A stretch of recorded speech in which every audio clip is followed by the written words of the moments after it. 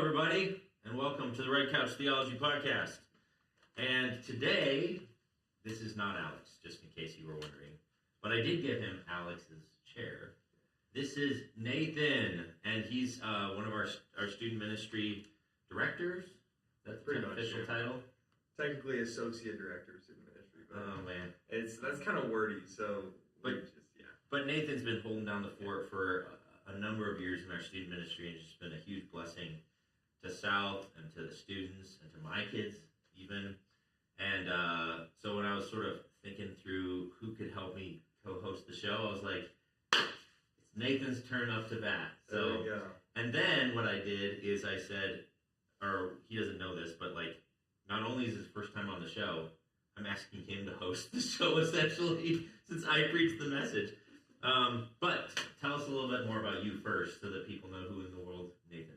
Yeah, I grew up in the area. I started coming to South actually when I was in high school. I was kind of a part of the youth group. This wasn't my home church, but my home church is... Oh, we don't have mics? Do we have mics now? We were very echoey on the far away microphone. Are we good now? I hope you guys heard all of that introduction stuff. This is Nathan. He's not Alex. We had the microphone on in the far side of the room and not our mics. Oops. And he works with students here, and he's like helped pastor my kids. Yeah. All that stuff. Maybe you heard all this already, but you know our show. It's super not polished. But I was just asking Nathan who he is and how he's connected with South and all that. Yeah, I thought about jokingly saying that I was Alex and I just got a haircut. But looks so good, man. I grew up in the area. I started coming to South in high school. It wasn't my home church, but I came to the youth group because my home church's youth group had about 5 kids, and 3 of them were my siblings and I. So I kind of started coming here a little bit in high school, and then in college started volunteering, came on part-time as a staff member, and now I'm here full-time. So super stoked. Been here for a while. Here. Yeah. So, and then I not only is the first time on the show, but I asked him to host the show since I was the one who gave the message. And so, yeah, we'll see how this goes. It'll be an adventure for the both of us. We're going to figure it out as we go. That's right.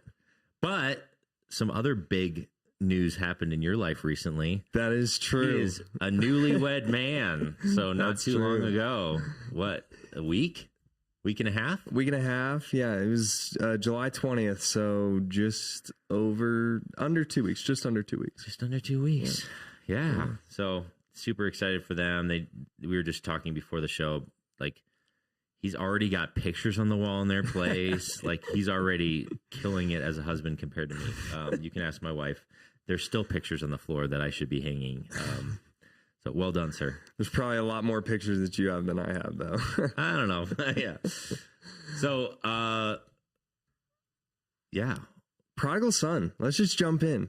I don't have a segue. And the other thing is he wasn't in the sermon, in the service, because they had merged Sunday. Yeah, it was merged Sunday. And funny enough, when we're doing merge, sometimes I'll pull up the live stream to see kind of how close they are to wrapping up the service. So I pull up the live stream and I pause it right when I start it, and I yell over at Allison, Aaron's wife, and I go, Allison, come over here, because all it shows on the screen is my wife is God's favorite. I just thought that was hilarious. But yeah, I watched the service afterwards. But yeah, normally I'm the guy that takes the middle schoolers out right before the sermon. But yeah, prodigal son, you got to speak on the older son. Yeah. Speaking of the wife is God's favorite thing. So like I shared this story about how like Allison was just, like the daughter of the father, she actually approaches God like that with her prayer life. She just knows her father loves her and treats her like a daughter, a beloved child. And so like, she'll just pray for everything. Yeah. She's a prayer warrior and stuff. And so that's where that came from, is like, she just, whenever she has a concern or a doubt or a need or whatever, and regardless of how, like, she doesn't filter through how well she's doing or how amazing she's performing that week spiritually or whatever. She just says, hey, Father, this is what's going on in my life. I really could use this. And so I always tease her that she's God's favorite because she just gets prayer requests answered that I would never have prayed because I feel like I have to earn them. So after the service, I had several people approach me and say, good job on the sermon. Hey, where's your wife? I have a prayer request. So it turned into a kind of a thing, and she was getting text messages from Pete. Can you pray for this? Can you pray for that? Because she just gets what she asked for. So pretty awesome. She kind of felt special for that. So yeah, that's funny. But yeah, prodigal son. This is I was focusing on the older brother for this particular week, and honestly, it was like one of the more complicated and like confusing preparation processes for me, because I felt like at first I wasn't sure what to share that was like fresh and new, but once I got into it, and then God started to like mess with my own head about it, then it was like, this is an entire series. And so I didn't know what to share. You can't share everything from a text. Yeah. Like if you're a student of the scriptures, as you know, like we'd be there all day. Yeah, you could live in a single verse for weeks. Yeah. And so instead of doing that, I shared none of it. Yeah, you were telling me earlier this week that your introduction went way longer than you planned on having it go, and so you had to cut out a lot of things that you wanted to keep in. So what were some of those things that you cut out that you really wanted to have in there? Well, so there's so many things. I mean, I hinted at a couple of them. Yeah. In the sermon itself, because the structure, I think, is just genius. Like Jesus is like, the more I study Jesus' teaching, I just think he's the most genius teacher ever, which, I guess. Yeah. But like, if you look at this, I'm going to go ahead and put the text on the screen. Oh, interesting. Oh, I know why. Let me put the text on the screen, but I have to shut this off first. Our pre-show is going to turn on if I don't. Classic pro presenter. There we go. So like, if you look at this passage, there's this structure that's taking place. So you have chapter 15, and obviously, okay, so this is another complicated thing for some folks to understand, is like, there's like 2 layers of interpretation to most gospel texts. Yeah. First layer is, Jesus spoke these words, that's why they're in red, huh? The red letters of Jesus. But this is Luke recording Jesus. So there's interpreting Luke's interpretation of Jesus. Yes. Because chances are Luke isn't sitting there with a typewriter, like in like the courts or something, like, what was that, Jesus?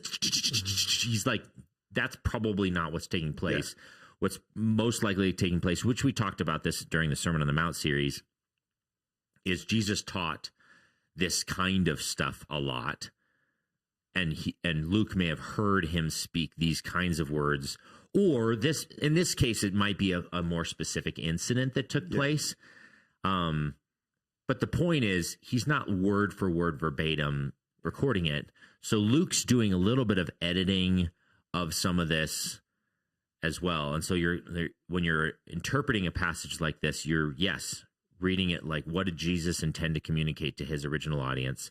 But also, there's a second pass of editing that Luke is doing to assemble that information into a way that communicates and has the same emotion and feel that Jesus would have had saying this stuff live. So all that to say, who knows which pieces of these elements are included from Jesus's original structure and how much of it was Luke's editing. We don't know, but the scriptures are inspired, so we're trusting that God's overseeing the whole process. So one of the things that's fascinating to me is that I did allude to is you have in the beginning of chapter 15, you have the scene that's set up, right? And Alex referenced it first week. I referenced it again the second week. There's a scene where you have tax collectors and sinners, these really, really bad folks, societally speaking, and you have religious leaders in the crowd. And the religious leaders are muttering about, why is he hanging out with tax collectors and sinners? And then Jesus' response to their muttering is to tell 3 parables. And so we're only in the last of those parables, but all of them are his response to their muttering about, why does Jesus hang out with sinners and tax collectors? But part of what makes Jesus' teaching so brilliant is he sets up this pattern. It's like a rhythm, like if you're just like you have like this constant rhythm of drums, or something like that, he sets a pattern in how the structures of the stories are being told. Pattern one, pattern. And then when he gets to the parable of the prodigal son, he slightly tweaks the pattern to just like knock him over the face with his ideas. So that's one thing which I hinted at in the message a little bit. But the other piece of it was, so like the pattern is sort of like a thing of value that's lost, a fervent search, and then the third element of the pattern is like the third element would be celebration. They find it, they celebrate, they gather everyone. Oh, by the way, this is how God is. You know, that's the pattern, those sort of movements. And then the last one, thing that's valuable is lost, but there's like this emotional tension around the last one. Because it's not just a coin. Yeah, it's a person. Yeah. And it's a really, really bad person. Yeah. Like he's disrespectful and evil. And so they're like tracking with the pattern. The first two, it's like a sheep that's valuable, but you know, you can't blame the sheep for running away because it's an animal, you know, whatever. What can you expect from a sheep? And then a coin, you can't blame a coin. It's an inanimate object. And then you get to the son and they're like, well, we get the pattern, but there's this emotion of like, this guy's a punk. Yeah. So there's a twist that Jesus gives, but he set them up to know how they should feel about it based upon the first two stories. And they're struggling to feel that way with the son. And he spends the bulk of the story telling about the son and his emotions and his emotional state and all of the stupid mistakes he's made. And then this like deep, deep shame. So the tension is that they're feeling like, I know how Jesus wants me to feel about this based upon the pattern he set up. Then Jesus goes out of his way to tell me how horrible this kid is. Yeah. And so I'm feeling a different way. I'm actually feeling like this sense of justice, like this kid should get what's coming to him. And then the first punchline of the story is that this extravagant grace of the father for the older or for the younger son when he comes home, and then the pattern flips again. Yeah. There's another character in the story, and it's the older son, and he takes the old religious leaders in the room and he basically places them in the story through the character of the older son. You're like this older son who thinks he's killing it, and meanwhile, just as disrespectful for the father, is angry about grace being shown to another human being. Not just another human being, his own brother. Yeah, won't even call him brother. Yeah. All of this stuff. And so like Jesus is just like so genius in how he sets it all up. So there's one. I shared some of that stuff on Sunday, but there's one element that I just think is brilliant. It's this like masterful structural thing where he kind of guides them how they should feel, but how they don't. Yeah. All through the structure. Yeah. Then I talked about the other piece that I did share was this pattern of chiasms that's taking place which is a very common narrative structure for Hebrew literature. Yeah. And he's like chiasm through all the parables. Then there's a chiasm with the younger son, and then there's an incomplete chiasm for the final one, which leaves this punchline of "Will you come in?" To the elder brother. So those are things I shared and hinted at, and I felt like I flew through those two so quickly that maybe you didn't even remember them. So that was a little bit of a regret on my part. But there's also so many other little nuances. Like if I pop this back on here, one, I mean, I guess give you an opportunity to like reflect on any of that if you want while I pull this up. Well, I think something that's interesting to me, the way that Jesus shifts who the perspective is coming from. Because in the first two stories, you see it from the person seeking the thing that is lost. But in the parable of the prodigal son, most of the perspective is from the sons. And then the father speaks into that. And so there's this heavy focus on the younger son. And there's that shift of perspective that as the reader, because you're seeing it from this son's perspective and you're seeing kind of the depravity of his situation, there's this like, as you spoke on, like the justice element of like, yeah, like he kind of deserves that.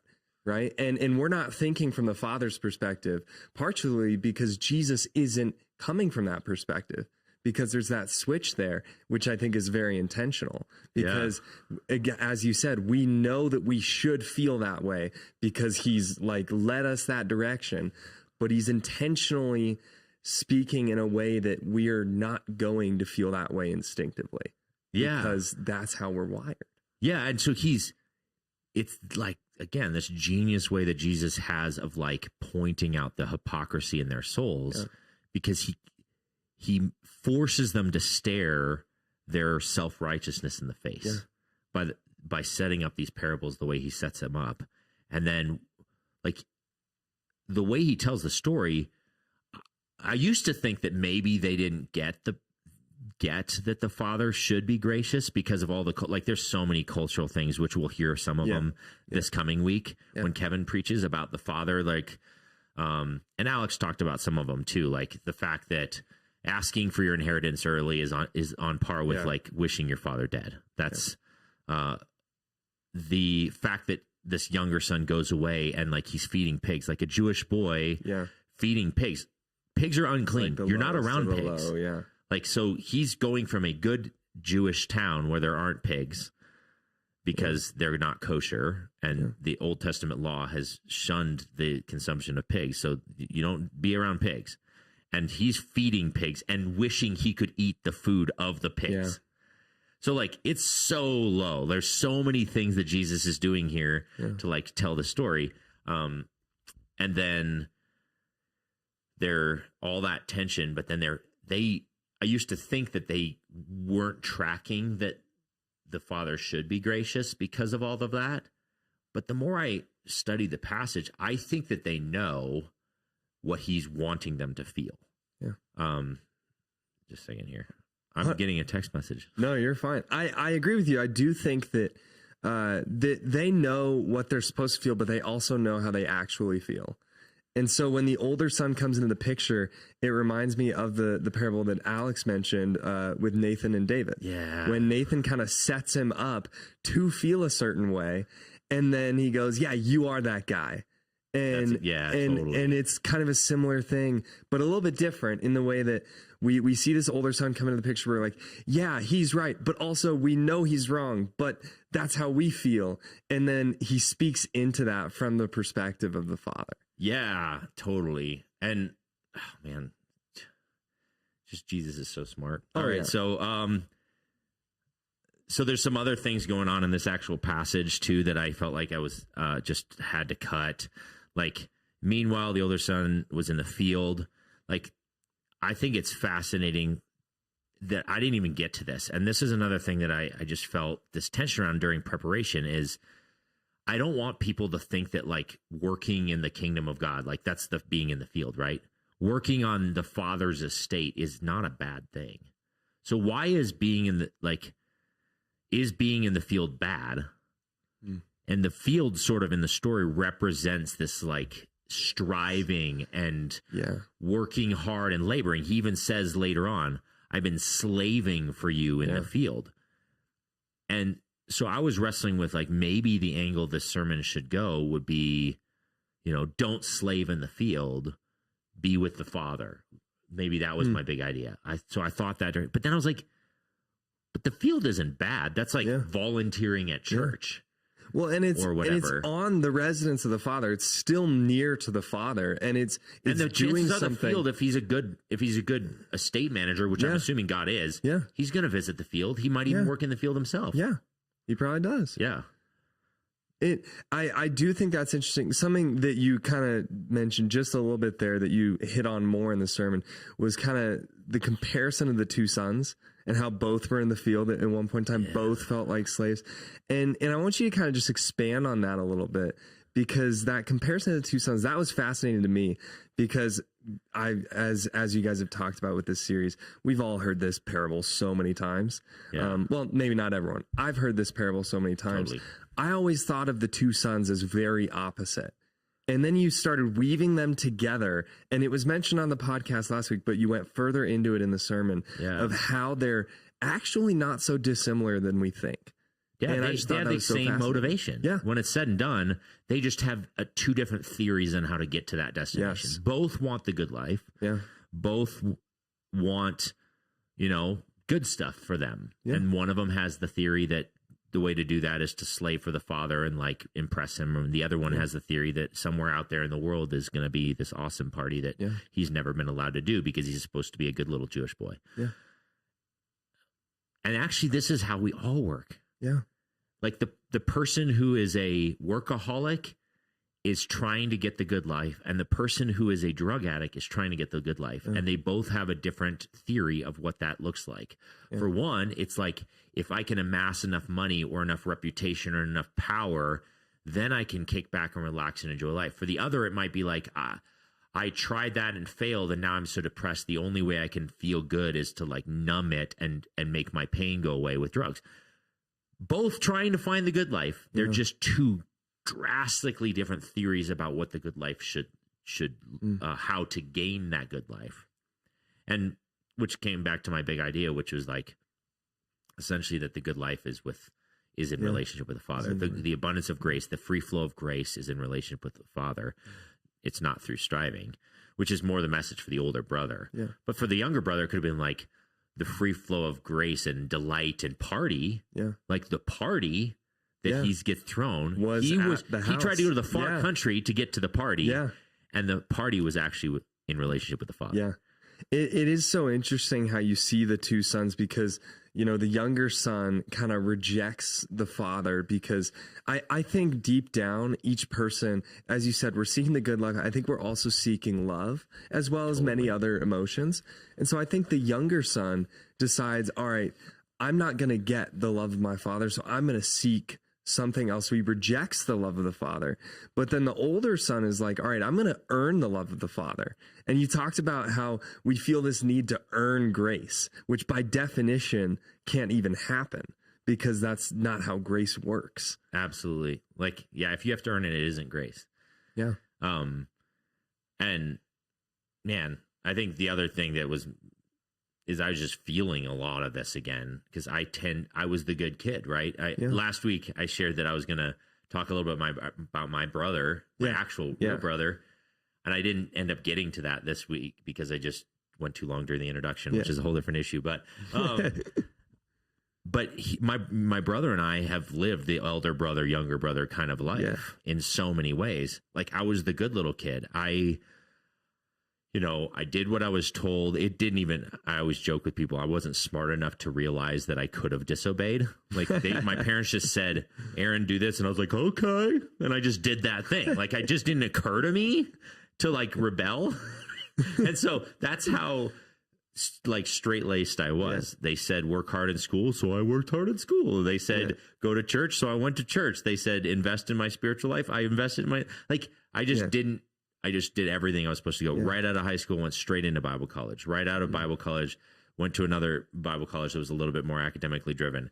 Got married, had kids, went straight into missions ministry, and then eventually became a pastor. Like, I just did everything by the book in so many ways.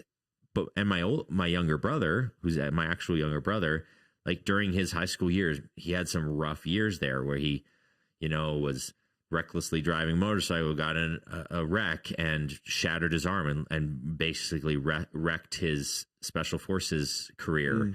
And had a kid at a super young age, all these different things like that he wasn't expecting and stuff. And so in many ways he lived like he was like the rebellious son to my parents.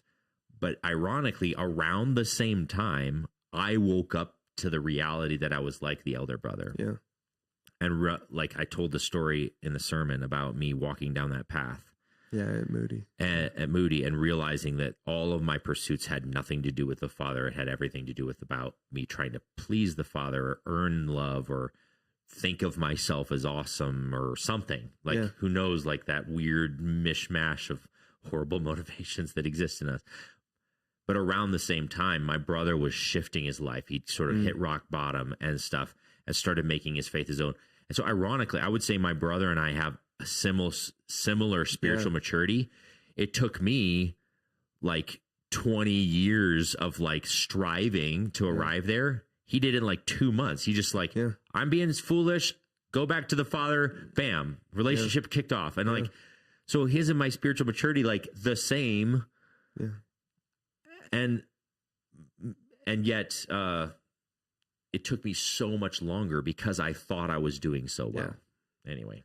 Well, I think what's so interesting just about, that story and that upbringing, it's not that uncommon.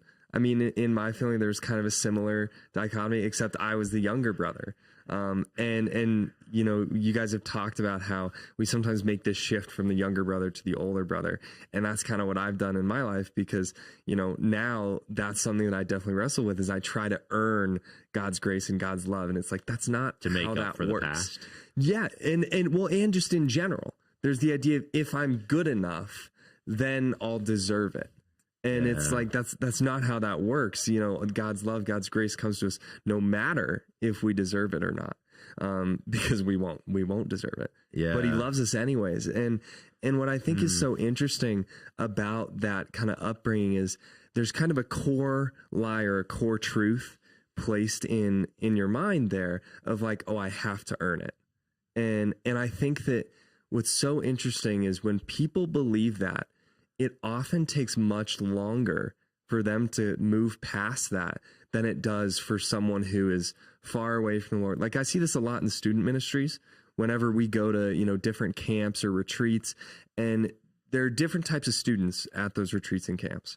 And a lot of them that, have no church upbringing or anything. Yeah. It is much easier for them to draw near to the Father during those times. And then even during, regular youth group time, it's easier for them to get there because they don't have a lie planted in their mind. Not that, church, like, not that families growing up in church plant this lie. I don't think that's true in the slightest, but I think that sometimes we plant this lie ourselves or, the enemy plants this lie in our mind that, oh, I have to earn it. And so these students that, come up to camp that maybe, grew up in Christian homes that feel like, oh, I need to earn God's love. I have to do all the right things. Again, not coming from their homes. Their parents are not saying that. Or some are, yeah. I don't know. Some are, maybe. Yeah. But most of them aren't. Most of them, I know their families, their parents are not teaching that at all. But from a young age, we get this, mindset that I have to earn it. And so for those kids, it becomes so much harder to draw near to the Father, to understand the love of God, because there's this instinctual, okay, but what do I have to do? And it'll take, 20, 30 times. It takes months, years, sometimes decades, as you mentioned, to shift that one little core lie that then expands and changes so much of how we think and operate. Totally. And as a parent of teens, like I've been shocked. There's been a couple times recently where I can't get into too many details because I haven't asked my daughter permission, but like where there's moments where my daughter will say something like, I was really worried that you were going to be mad at me. Yeah. And I'm like, I like to think of myself as the more like casual parent, the cool boss, the non-disciplinary. And like, I'm striving for just like, my goal as a parent is that my kids leave the house knowing that I love them unconditionally. Yeah. And yet she has more of a complex around pleasing me with her moral behavior with me than she does with my wife, who's much more the disciplinarian in the household. And it's just surprising me. And maybe it's just a daddy-daughter thing, but I'm like, why in the world would you think I'd be mad at you with that? Like, what did I was like tracing back? Like, what did I do in your past where you felt like I was going to be mad about this thing? Yeah. And it blows me away. And it's a human nature thing. It's a human nature thing. And that's where, like, it's not necessarily something you did. It could simply just be that is how we are kind of wired, that we instinctually think, especially when it comes to fathers, usually there is this idea of, anger, justice. Yeah. Right. And so there's that instinctual hesitation, whereas a mother, we usually instinctually view as more tender, loving, caring. Again, not every person sees it that way. Yeah. And a lot of it has to do with each person's individual experience growing up. But as far as your case goes, like, you're not striving to be, the angry, disciplinarian, justice oriented parent, but it's instinctual. Yeah, and to what you were saying, something about being human feels like earning something has greater value than just being given it freely. And so I wish I'd seen this quote. I literally Monday morning read this quote, and I was like, this would have been so good for the sermon. And I don't know if I can even describe it, so maybe it's not the best quote, but because it's a little bit abstract. But this particular writer, it's the book Searching for Home: Spirituality for the Restless Soul.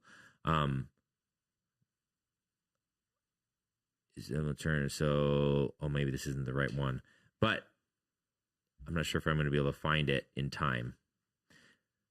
Here's the point. He's in the book. He's talking about Reformed doctrine or Reformed theology versus, so like generally speaking, if you want to say Calvinism versus Arminianism, and if you don't know what that is, Calvinism is sort of like this a little bit. It's going to be a little bit more like everything is predestined. Every single like thing that happens in the world is God's ordained it directly. A little bit more hands-on kind of perspective of God. And then this isn't an episode about that, but we could get into that some other time. Yeah. And then Arminianism is a little bit more like free will. Not that Calvinists don't believe in free will. One's complementarian free will, one's libertarian free will. Yeah. If you have interest in knowing what complementarian versus libertarian free will is, feel free to write in a question, and we would love to have that conversation. But both believe in some form of free will because the scriptures seem to teach that.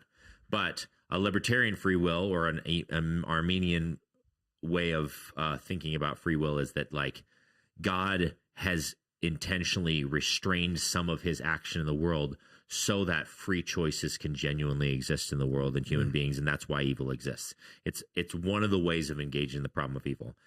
But what was fascinating about his conversation about this is like he puts his finger in this book on one of the reasons why some people don't like Reformed or Calvinist doctrine is not because they're afraid that someone isn't going to be predestined to go to heaven. It's that Calvinist doctrine doesn't allow for anything but free grace. You can't earn it. Like if I'm just predestined before the foundation of the world. There's literally nothing I did. Before I was even born, I was going to heaven. Nothing I do evil or nothing I do positively can earn God's favor. It like literally takes every ounce of performance out of it. Yeah. And so I tend to lean more Arminian in my theology now. I used to be like a hardcore Calvinist, which we've talked about on the show, but actually I think that's a beauty of Reformed doctrine in that category is it forces us to see how terrifyingly free grace is. Yeah. You can't earn it. Otherwise it isn't grace. And and maybe that like weird insidious thing in being human is that we think, well, it's not as valuable if I don't have to earn it. I think part of it, not just the valuable, but I think there's also a control element that we like to be in control. And so if you look at the younger and the older son, the younger son got the control and realized I should not be in control. And so this has gone horribly wrong. Yeah. So that's why it's easier for him to go back to the father because he's like, you should be in control. Yeah. I should not be in control right now. But the older son wants to be in control because he thinks that if I'm in control, I can do it right. I can fix everything. I can get where I want to go if I'm in control. Yeah. And there's a control element there. So what's behind this desire for control then? I think in general in humanity, I mean, even if you go back to Adam and Eve, right? If you go back to the garden and you see this, conversation with the serpent and, oh, you will not surely die. What he's offering them is, hey, you can be in control of everything yourself. You can be like God. You can have no one above you. It's instinctual, I think, in our human nature to desire some level of control, unless if we feel that we would not be good if we were in control. There are some things in life that, like, there's no part of me that thinks to myself, you should put me on piano on the worship team, because I should not be ever on the worship team. I have no musical talent whatsoever, right? So I don't have coming to a stage near you. I don't feel that I would be good in control there. Right. Yeah. But if it was a conversation about like doing something with student ministries, like I do feel like it would be beneficial if I were in control there. There's a human nature element that we want to be in control of the things that we think we can do well. You know, what's interesting is like you reference back to Genesis, to this, like the fall of man and like this desire for control. What's interesting about the story arc of the scriptures when it comes to sin and the fall of man is like, their desire, the reason they fall is they want to be like God. Yeah. And meanwhile, before the fall, the scriptures tell them that they already are. Yeah. So maybe behind our desire for control is this, like, we want to be like God or the image of God. And we already are the image of God, which is also a free gift of grace. Yeah. Like we are already like our Father in because of the way he's made us. And the second we reach up to strive for that thing, we actually lose the identity that we really were striving for in the first place. Yeah. So the more we strive to be like God in like performance and actions and like trying to earn favor, the less like him we are. Yeah. And the more we let go and surrender to his free gift of grace, the more we step into what we've always been all along, which is an imager of the God of the universe, which is the highest expression of being human. Yeah. Fascinating. Yeah, God created us this way, but when we try to force it, we end up, acting not in this way. Totally. And I think what's interesting about that, like this forcing it, because you see that with the older brother, right? He's forcing it. He's trying to be good enough. He's trying to earn it. And the father tells him, you're here with me, and everything I have is yours. You don't need to do anything. But for the older son, it to me, like, that just hits me like a train. Like, what do you mean I don't need to do anything? Like, then why? What's the motivation for anything? What's the motivation? Why am I doing all these things? Yeah. So I had this interaction years ago, where with a friend of mine, because I was like struggling with like trying to please people, right? And I was like, I just was telling a friend of mine, like, I'm struggling with this sin of like people pleasing and stuff. And he's like, well, as God heals that in you, just be aware that like you're going to lose motivation. What's interesting about being a people pleaser is it's like a highly motivational thing. And if you surround yourself by good moral people, a lot of the stuff that you do look good and moral because the people you're trying to please are good and moral. So like maybe this is part of the reason why Christian kids have this 100%. Complex, is because they see what the expectation of a good moral life looks like, and then they try to reach that thing to please their parents, to please their church, to please their youth leader, whatever it may be. Yeah. But then if you heal yourself from that sin, you're like, it's like a powerful engine in the soul with, whatever you want to call it, a V8 engine to get stuff done for the kingdom of God. But then you remove that engine, there's no more energy, and you're like, so this friend of mine just warned me. He said, just so you know, there's going to be a while where you don't have an engine and you don't know how to like move down the road anymore because you have to replace that engine with delight in God and delight in his kindness and his grace. And so like that goes back to one of the things I had to cut from the sermon is this like idea of I didn't want to make the field an evil place because actually the field underwrites the party. Yeah. So like this estate, the father's estate is what creates the money to buy a fatted calf, to have the wine on hand, to have servants to prepare this huge feast, to afford the ring and the robe and all of these things that he lavishes. So like the field is what it makes all of the party possible. But if you're in the field trying to earn the party, it becomes like slave labor. It feels, the older brother feels like he's slaving in the field. Whereas if he's partnering with the father saying like, oh, Dad, we're creating, like the harvest is going to be huge this year. We're going to be able to throw so many parties because there's going to be wayward people coming home.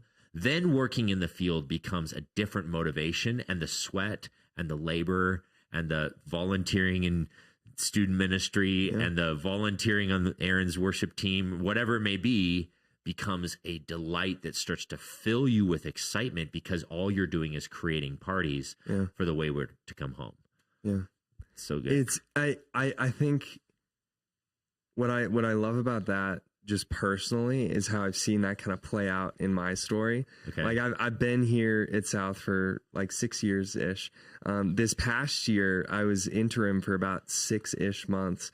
And during that time, I had never been interim before. Luckily, Sean, who runs the group with me, he was one of my leaders at the time, and he had been interim at his old church 3 times. So I was like, oh, thankfully, I know a person I can talk to. And him and I have talked about how our experiences as interim were very different. But when I was interim, there was this element of, I'm now in charge. I need to like make everyone happy. And I made a decision early on to not have middle and high school both go to the student center on Sundays. And the high schoolers were going to stay in the service. They rioted. They were not happy with me. And I heard about this. And I did it for many reasons, a lot of which was because I would have to pull all of my leaders if I pulled all the students, which becomes a lot harder on the leaders because then they don't get to ever be in the service because we're down to one service. Yeah. And then additionally, I would also have to prep a sermon every week. And I didn't have the time to be able to do that at the time because I was also prepping a sermon for Wednesday. And part-time. And I wasn't full-time. Yeah. I had another job. And so I was going to do a video series with middle school that simply just didn't apply as well to high school. And so there was a lot of reasoning behind it. But I learned very quickly you can't please everyone. And during those first initial few months, I really was trying to be the perfect interim leader, to make everyone happy, to grow the group, to fix everything. And I totally burned myself out. And December came around and I went to Steve and I went to Alex and I was like, I've got nothing in my tank right now. And I was like, I love these students. I really want to be here. How do I fix this? And so I ended up, spending some time in counseling and going off on a little silent retreat and doing various things. And what I found was it was that people pleasing element. It was that older brother syndrome of I need to earn it. I need to, just do everything perfectly. And then God will love me. All the students will love me. All the parents will love me. Everything will go well. And now I'm in a season of life where I'm doing way more, but I am not finding myself in those times of, kind of depletion. Yeah. Because I'm doing it out of a different motivation. I'm not trying to people please. I'm doing it because this is what God wired me to do. It's the field. It's still work. Yeah. It makes me think of the sailboat and the rowboat that Alex has talked a lot about. And how we do need to participate in the sailboat, but it's God's power that does it. And so we can, we're still working, we're still doing something, but our motivation for it is different. We're not doing it in order to get God's love or to get God's grace. We've already got that, and we know that. We're doing it simply because this is what God made us for. Yeah, so I have this, I've tried to describe this a couple different times, maybe on staff. I don't know if in meetings staff-wide, but with some of my other meetings and stuff, is I feel like the new superpower is surrender. Yeah. In my life, I'm trying to figure out how do I surrender even more, because the more I let go of, the better things go. It's this. So I joked with Andrea at one point. I said, I'm trying to figure out how little I can do and still have everything be awesome. Yeah. Which sounds like the most lazy, and I don't misunderstand me. I work really hard. I put in a lot of hours at South, but I try to emotionally carry almost none of them. Yeah. And then it feels like I'm not working at all because I'm not waking up at night, frantic about anything like I used to be. I used to so part of this to another personal story is I used to maybe 6 years ago or something, I would exert so much emotional and psychological energy into being the worship leader at South. I would agonize over song selection, and I would wake up early in the morning and like freak out, like I forgot to do the light cue thing, and what if this isn't perfect and that's not perfect, and it's like I just carried the weight of the world on my shoulders, and then burnt myself out. Yep. Turns out. Yeah. Then I went on sabbatical.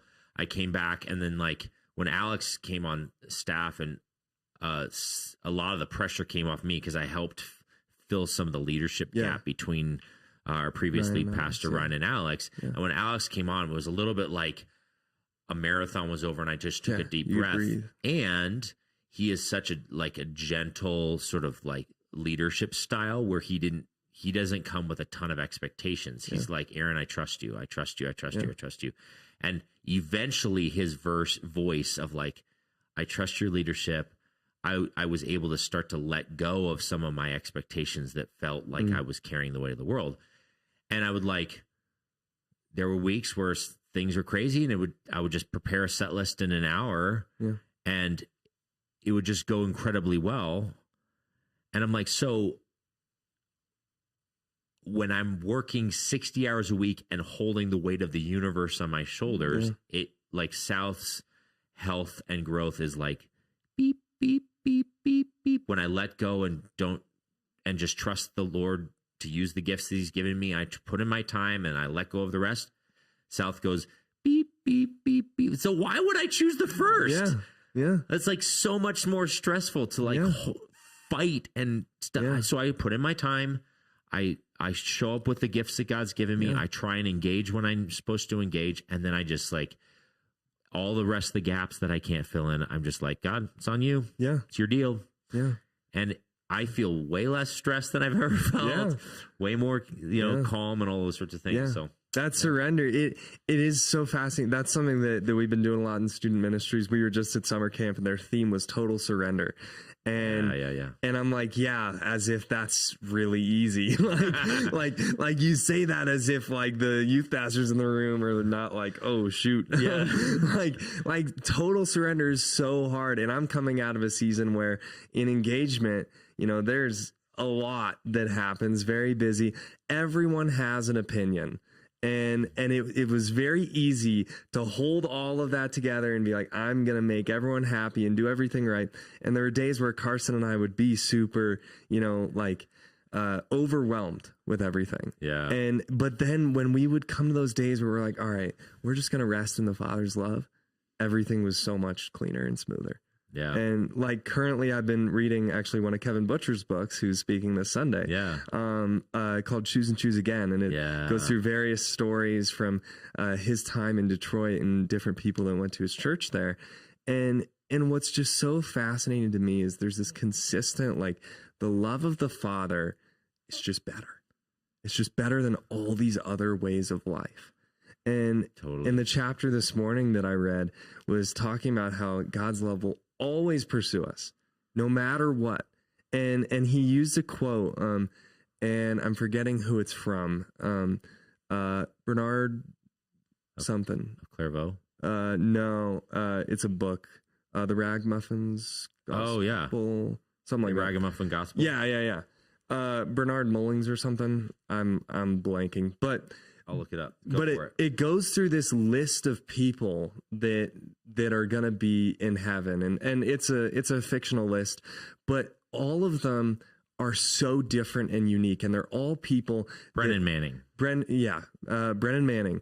He goes through this list of people that all of them are believers. They all believe in God's love to the degree that like he sent down Jesus to die for me, save me from my sins, but they were struggling to live in his love. And, he gives one example of a woman who, goes out and pursues prostitution, kind of like what Alex talked about last week, although he, was very delicate with his wording, which was good. Yes.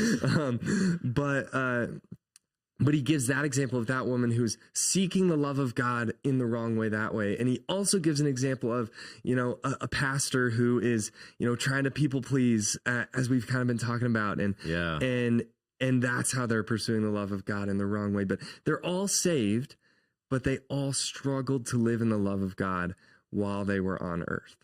And so he shared this story of this guy from from his church named Eddie, who, struggled to live in the love of God. He was a saved believer, but ended up dying of alcohol. He had liver poisoning. And what's so sad about that situation is, yes, he's saved, but it's this idea of we've been set free. Are we living free? Yeah. And I think the older son is an example of someone he's been set free. He has access to everything. He has access to everything, right? He's totally free, but he's not living free. There's a quote from... he feels like a slave. Yeah, he feels like a slave. He said, I've been slaving away in the fields. Yeah. And it's like, you are not a slave. Like, you are a son. Why are you living this way? There's a quote from an artist named NF. And I went to this concert back when I was in high school, and he starts out in a cage.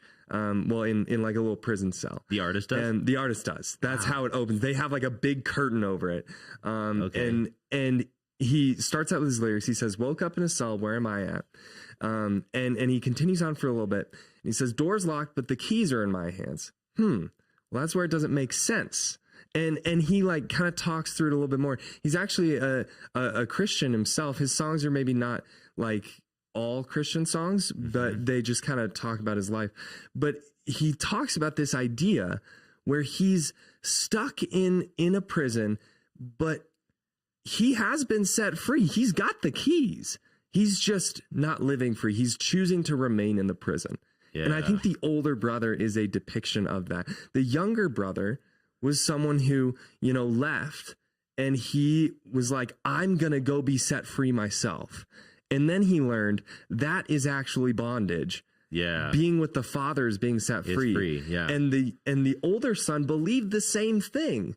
He believed that being with the Father was bondage, but he had been set free. He was there the whole time, just living under this false perception. This false reality. The interesting thing is that like the cynical religious leaders that are listening to this story, or cynical, self-righteous, whatever. Yeah.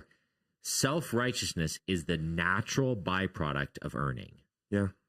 Like if you're trying to earn God's favor, the only option you have moving forward is to at least become somewhat self-righteous and cynical towards others. And here's why.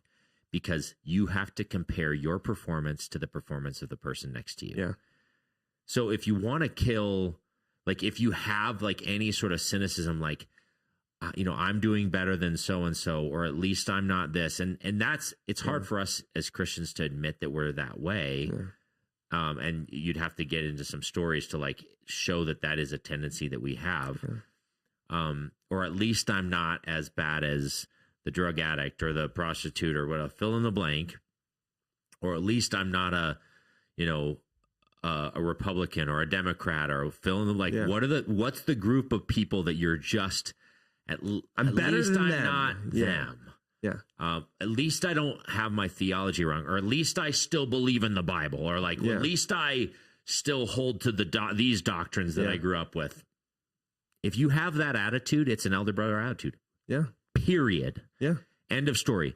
Because it means you're comparing yourself to another person, which is a byproduct of trying to earn favor with God. Yeah. Because if you have none of that, if grace is actually free and it's not based upon performance, then you're actually just delighting in any other human being who gets an opportunity to encounter the goodness of the Father is a delight. Yeah. Because it means party. It means celebration. It means all of those sorts of things. So, yeah. And suddenly, when you're, resting in the Father's love, when you're living that life, that celebration, you don't care about that performance angle. You don't care about how you compare to other people.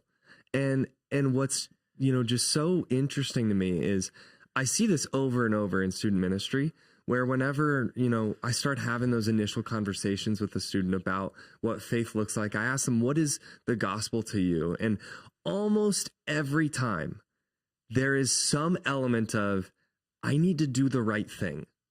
And they won't necessarily say that. It'll say, they'll say, Jesus died for my sins. And, my sins are forgiven, and I need to follow the Bible and do kind of what I'm told. Yeah. And while, yes, like that is the best way to live, the way that I've talked about it with the students is this idea of abiding in God, this resting in God is not this like just do it, like force yourself to do everything right way of living. God doesn't call us to that. God calls us to be like a vacuum plugged into the wall, where if it's not plugged into the wall, it's not going to do anything. I mean, I'm assuming this is a corded, not battery powered vacuum. That's for the analogy purposes. Yes. But when you plug it in, it's doing what it's made to do, and it's thriving at it. And so us, like, we are designed to be plugged into God.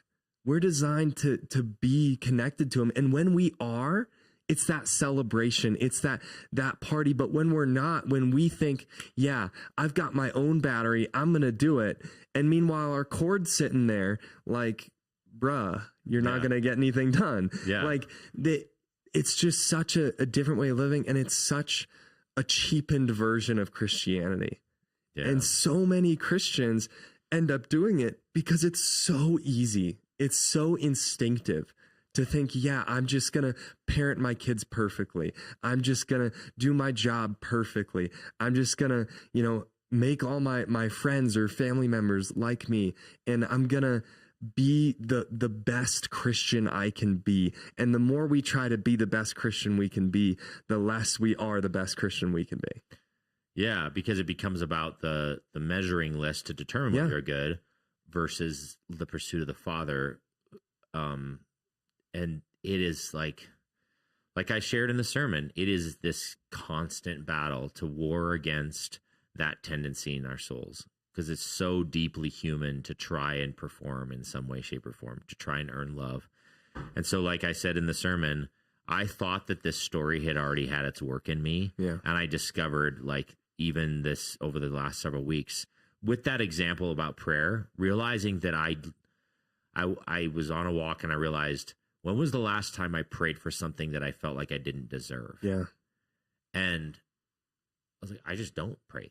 Yeah. Maybe never. Maybe I've never prayed a prayer that I felt like I don't, other than Lord, save me from my sin. Yeah. Like, when you pray the sinner's prayer and you embrace the gospel, you're praying a prayer that you feel like you don't deserve. Yeah. And then for some of us, that's the last time we ever pray for anything we feel like we don't deserve. It's the idea that, I don't want to take advantage of God's grace. Like, why would I? Right. Yeah, because we don't want to cheapen grace. Yeah. We don't want to, like, intentionally make a stupid decision and then say, God, rescue me from being an idiot. Yeah. And even as I say that, I'm like, there's parts of me as a pastor, like, I don't want to say, like, that's not grace word, like, Romans 6, where it's like, well, shall we go on in sinning that grace may abound? Yeah. Which maybe it would be worthwhile to pull that up, is like, Paul in Romans chapter 6, he builds this picture of grace. Throughout his gospel, he builds this picture of grace that's so majestic, and then he gets to chapter 6 and he says this, what shall we say then? Should we just go on sinning so that grace may increase? Like, in other words, should I just be an idiot and then pray to my good Father, I'm an idiot, can you bail me out? Yeah.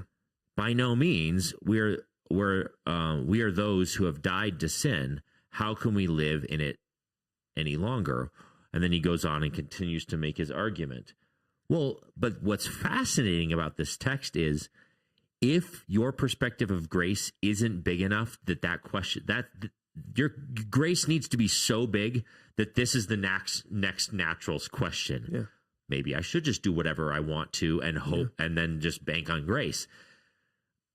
That's how big grace is.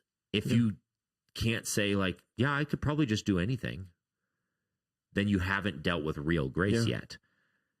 And then he struggles over the next entire chapter and the rest of Romans to explain that that's not what he's saying. But he is saying that at the same time. That's how huge grace is. Well, you literally could do anything, and grace is big enough to cover it. Yeah. But you shouldn't. But then why not? Because it's hurtful to you, and on and on. Yeah, like, and I think that's the huge thing. And that is sadly what so many people miss, especially, again, in student ministry. This is what I see more often than not.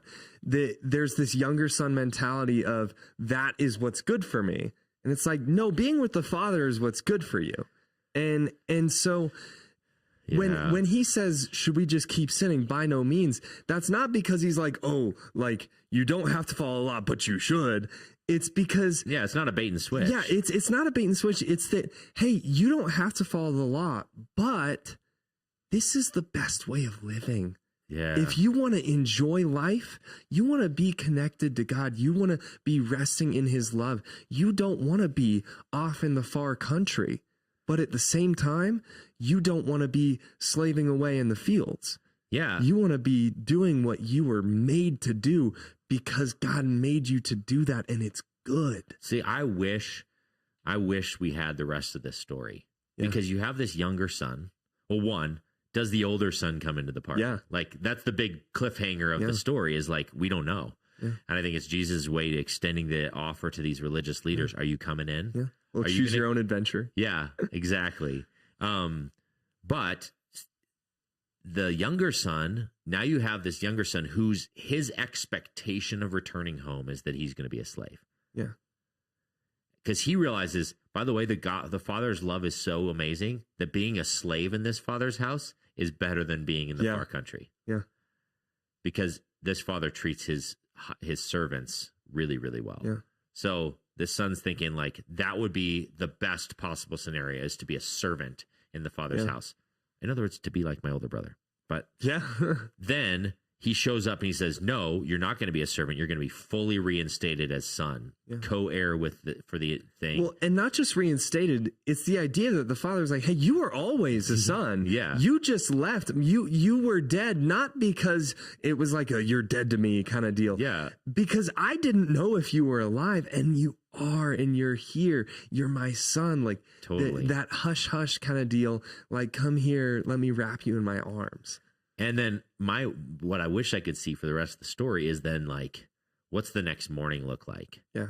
For that younger son, like, or 10 years from now when they get up on harvest day and they have to get up at the crack of dawn and go slave in the field, sweat like crazy and work like dogs to take in the harvest. Will that younger son continue to feel how unbelievably delightful it is to sweat in that field? Because there might be another wayward son who they need to bring in resources for to come to have a party for or whatever. And so my recommendation at the end of the message was like, when you learn that the resources of the father and the way of the father and the estate, working in the state and working in the field, all of these things are what underwrites all of the celebrations and the parties. It's a little bit easier to sweat when you know there's a party at the end of it for someone and that you get to participate in it and that you got to participate with the father in creating those resources and all of that stuff. So anyway. So final question. Okay. As we kind of take away or move away into the story of the father, exiting this story of the older son, you touched on it a little bit there, but what do you want us to sit in or to linger with, or what do you want us to be pondering coming into this Sunday about the older son or maybe the younger son mentality? What do you think is important for us to keep on our minds? Yeah, that's a great question. So I think that idea that both sons are, or for that matter, every human being is trying to find the good life. And for what I'd love for you to meditate on is what's my theories about the good life. Yeah. And maybe not just the theological statements that people expect me to say my theories are. Look at the evidence of your pocketbook. Like, what do you spend your pocketbook? It's like, what is this, the 1800s? Your money changer. Like, anyway, look at your checking account, look at your credit card account, and look at the things you're spending your money on, and look at where you spend your time, the people you spend your time with, the amount of stress and energy you have around work or whatever. Those things will help you reveal to you the things that you think are going to give you the good life. And then just acknowledge that that's where this is my current theory. the good life looks like just getting another $200 a month, or if I could just get that raise, or if I could only have that house or that upgrade, or if my lawn wasn't dead and my neighbors didn't think I was a bad neighbor, or like there's dozens and dozens and dozens, or like if I could just get into a relationship and finally feel that romantic love, if I could get the good grade, or if I could just get on the championship team and like win the championship this year, or if I could just race faster in cross country, like fill in the blank. If I could just fill in the blank, then show up on Sunday would be my encouragement, and just say, this is my current theory of what the good life looks like and how to thrive as a human being. And then give Kevin an opportunity to present an alternative for you of what the good life looks like. That's a good word. Yeah.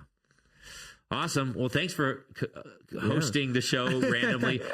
So, thank you for having me. It's a big ask to be like, hey, you want to host a show that you weren't in on the sermon for, that you've never hosted, and all that stuff. So I think he killed it. Maybe we'll have to bring him back on the show. So he killed it because he let me talk a lot, right? Now the inevitable, I've got to find this stop button situation every single week. Is this one of those too many tabs kind of deals? No, it's just, now I'm not even logged in. There we go. See y'all. Oh, by the way, thumbs up, subscribe, all the social media things that we don't do